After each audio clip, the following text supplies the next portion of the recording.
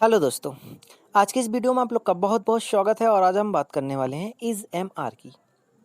तो देखिए, अगर हम बात करें इज़ एम आर की, इज़ एम आर क्यों लगाया जाता है और कैसे लगाया जाता है, तो हम सबसे पहले बात करते हैं इज़ एम आर लगाना शुरू कैसे किया गया।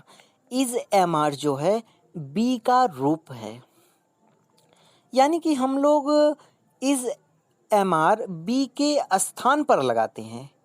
जहाँ बी लगाना चाहिए वहाँ पर हम लोग इज़ एम आर का उपयोग करते हैं। ऐसा क्यों करते हैं? देखिए, आपका बी का जो है, हम बी डायरेक्ट नहीं लगा सकते हैं। हम बी इसलिए डायरेक्ट नहीं लगा सकते हैं क्योंकि आपका जो होना शब्द है, बी का मतलब क्या होता है? होना होता है। होना शब्द है पास्ट में भी आता है, यानी भूतकाल में भी आता है, और उसके साथ साथ भविष्य काल में यानी कि फ्यूचर में भी आता है और प्रेजेंट में भी आता है। तो अगर हम तीनों स्थान पे बी लगाएंगे तो हमें एक कन्फ्यूज़न हो जाएगा कि ये जो सेंटेंस लिखा गया है, यह सेंटेंस पास्ट का है, फ्यूचर का है या प्रेजेंट का है। इसमें हमें कन्फ्यूज़न हो जाएगा।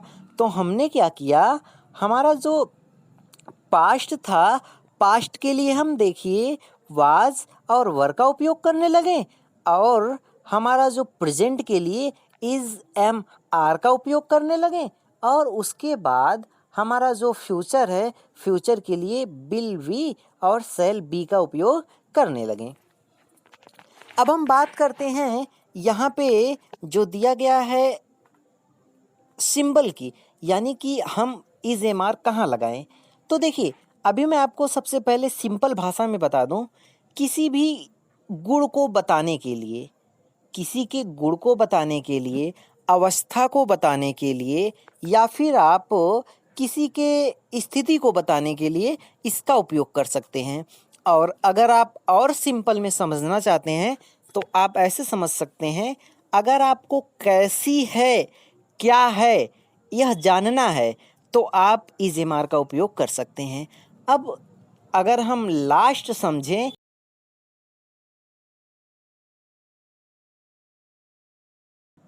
इज़ एम आर का उपयोग हम वहाँ कर सकते हैं जहाँ पर आपका जिस वाक्य के अंत में, जिस वाक्य के अंत में बिना क्रिया के है, हूँ, हो इत्यादि शब्द आए, वहाँ पर हम किसका उपयोग करेंगे?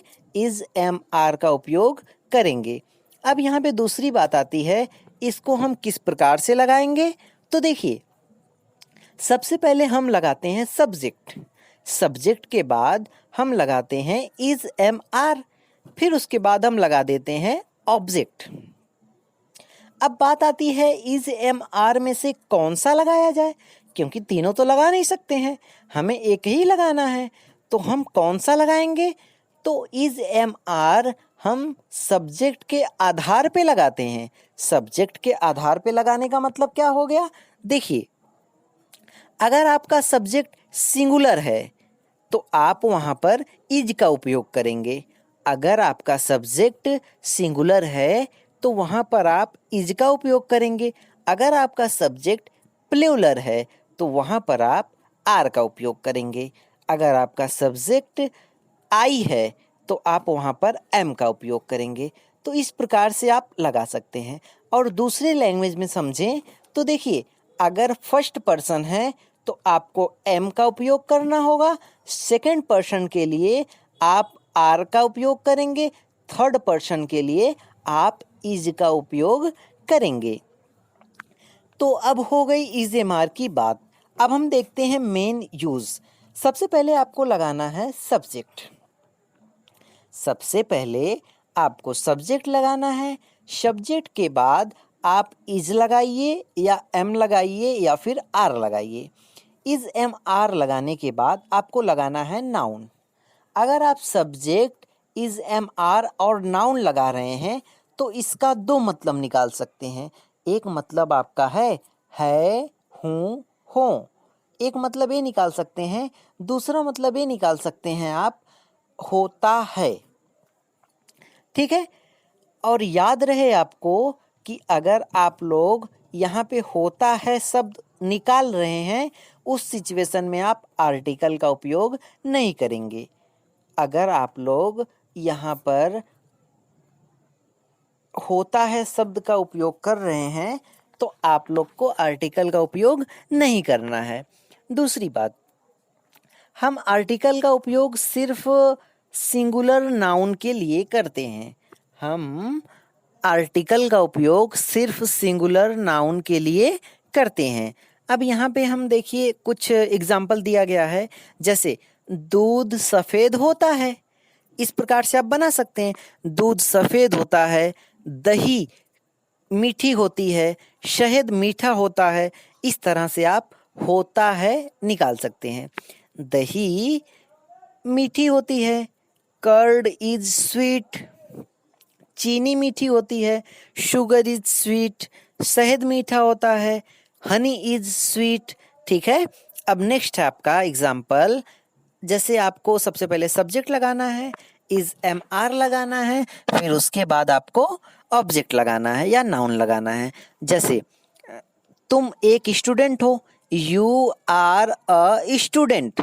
तुम एक स्टूडेंट हो, यू आर अ स्टूडेंट। वह गरीब है, ही इज पुअर। ठीक है। तुम एक अध्यापक हो, यू आर अ टीचर। वह एक नायक है, ही इज अ हीरो। ठीक है। तो इस प्रकार से आप इसका उपयोग कर सकते हैं। तो अब देखिए यहाँ पे आपका कुछ एग्जाम्पल दिया गया है, इसको आप लोग ध्यान से पढ़िएगा। ठीक है।